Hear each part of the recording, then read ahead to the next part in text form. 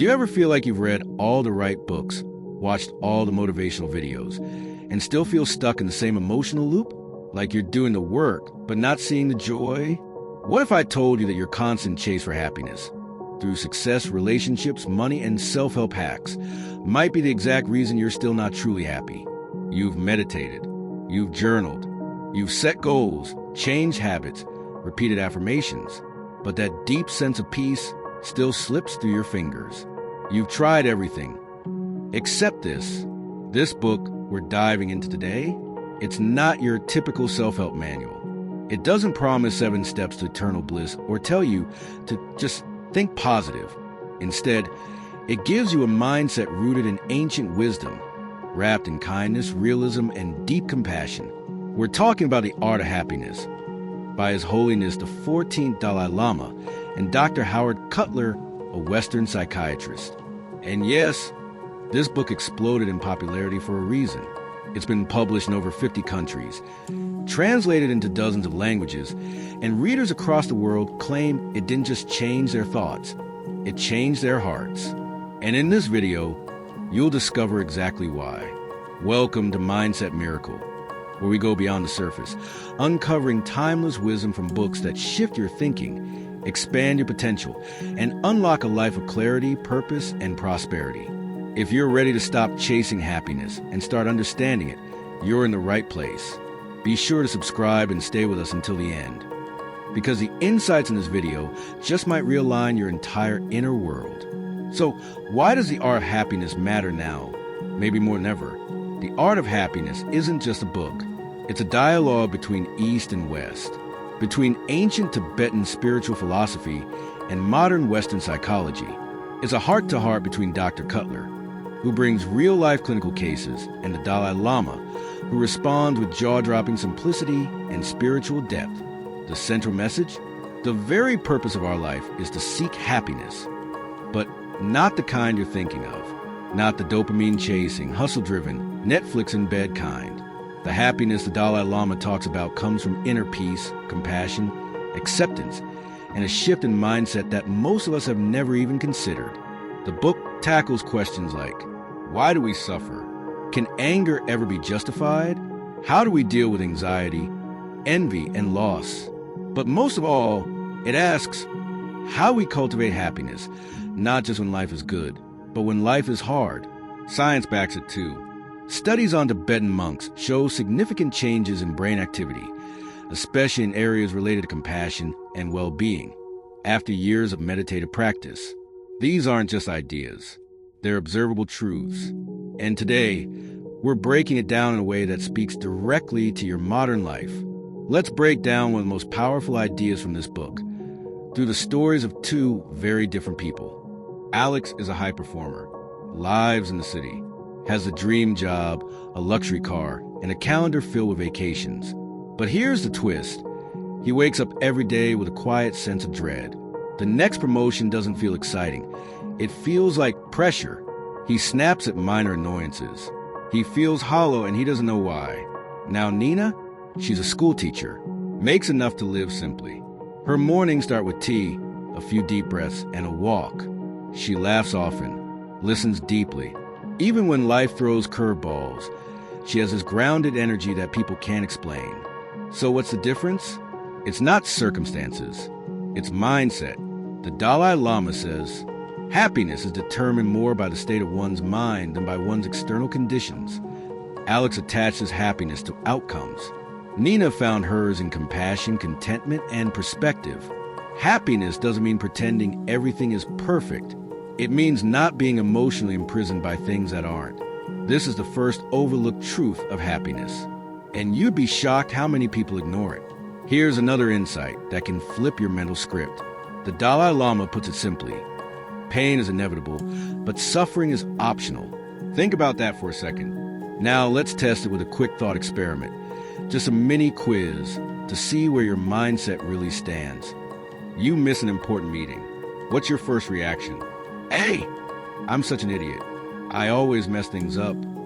B, ugh, that was annoying. But it's one moment. I'll fix what I can. C, it's fate. The universe hates me. If you chose A or C, Welcome to the trap of mental framing. The book teaches that our response to pain, not the pain itself, creates lasting suffering. It's like carrying a burning stick.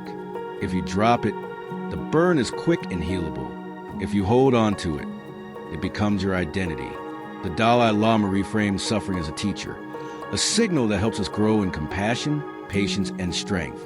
One powerful example from the book is how he talks about the loss of his country, Tibet, and his exile. He doesn't dwell on anger or resentment. Instead, he chooses to see a situation as a chance to serve the world and inspire global compassion. Think about that. He lost a nation, and he still found purpose. How we frame our reality defines our happiness more than reality itself. And guess what? That's something you can control, starting today. So now that we've reframed the way we see suffering, what does it actually look like to live this new mindset day by day? Now, here's the mindset shift that most people miss completely, and it changes everything: compassion. The Dalai Lama doesn't say that happiness is found in success, or even in peace. He says it's found in compassion. Now wait, before you zone out and think, yeah, be nice to people. Hear this. If you want others to be happy, practice compassion. If you want to be happy, practice compassion. That's not a feel-good quote. It's a framework for emotional freedom. Compassion, as he defines it, is the ability to care deeply without ego. It's recognizing the humanity in others and in yourself. And that compassion actually buffers you from suffering. How? When someone wrongs you, compassion helps you respond, not react. When life is unfair, compassion keeps you from spiraling into bitterness. When you mess up, compassion lets you grow, not drown in guilt. The book explains that the brain is actually wired for empathy, and when activated regularly, this system reduces fear and anxiety. Practicing compassion is like installing a new emotional OS. Smoother, faster, and less prone to crashing. It's not passive. It's proactive peace building, both internally and externally. And here's the best part. You don't need a perfect life to practice compassion. You just need a willingness to see suffering clearly and choose not to add to it. Now, let's talk about you. Yes, you. Be honest. How many times have you said something like this to yourself? I'll be happy when I finally get that job, move out, find the right partner. Stop being so anxious. Be honest. You've said this to yourself too, haven't you? Now let's flip it. Imagine this. You're running late for work. You spill coffee on your shirt. The traffic is brutal. Someone cuts you off. You walk into your office frustrated, eyes down, shoulders tense. Now imagine the same morning, but after spilling coffee, you pause, breathe, and say, "It's a small thing. I'm okay. The day's not ruined." That tiny pause, that's compassion for yourself. It's like retracing your steps when you forget your keys. It's simple, but it unlocks everything. Apply this to arguments, to setbacks, to people you don't like. Compassion lets you zoom out and see that everyone's struggling, just like you. The result? Less anger, more patience, and yes, more happiness. That's not fluff. That's rewiring your brain in real time. Here's a hard truth that might sting a little. The more you chase happiness, the more it runs. Most of us are treating happiness like a prize, like a trophy we earn after grinding through stress, checking boxes, or fixing our flaws. And that belief is the trap. Because here's the catch. The Dalai Lama says the biggest obstacle to happiness is the expectation that we're supposed to always feel happy. Let that sink in. It's not sadness that's the problem. It's our belief that sadness shouldn't exist. This book says, don't avoid suffering. Understand it. Learn from it. Soften toward it. And here's where a brilliant quote from Viktor Frankl comes in. When we are no longer able to change a situation, we are challenged to change ourselves. Happiness isn't constant joy. It's emotional resilience. And not everyone's ready for that. If you're only here for dopamine hits, quick hacks, or instant anesthetics, this book isn't for you. But if you're tired of chasing and ready to live, you're in the right place. To bring this down to earth, here are 5 micro habits inspired by the Dalai Lama that you can actually use starting today. 1. The compassion pause. Before reacting in frustration, pause, breathe, and mentally say, they suffer too. 1 second of empathy rewires your whole day. 2, reframe the small stuff. Flat tire? Lost your keys? Instead of spiraling, say, this is unpleasant, but it's not the end. That tiny shift keeps you grounded. 3, self-compassion check-in. At the end of each day, ask, where did I judge myself unfairly? Then offer yourself grace. 4, gratitude for one stranger. Look at a stranger today, barista, bus driver, that weird guy with headphones, and just think, thanks for being part of my world today. Weird? Maybe. Effective? Always. 5, purposeful stillness. Take 3 minutes daily to just sit without your phone, without productivity. Let your mind settle. This is peace training. These aren't trendy hacks. They're mindset rituals, and they change you in quiet, powerful ways. Let's bring this all together, because the happiness you're searching for, it's not lost, it's just hidden. You've chased happiness. But what if it was never something to chase? What if it was always something to uncover? Beneath fear, beneath expectation, beneath noise. The art of happiness isn't just a book.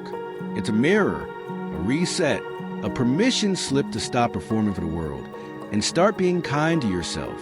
It reminds us that happiness isn't outside of you. It's in how you choose to see.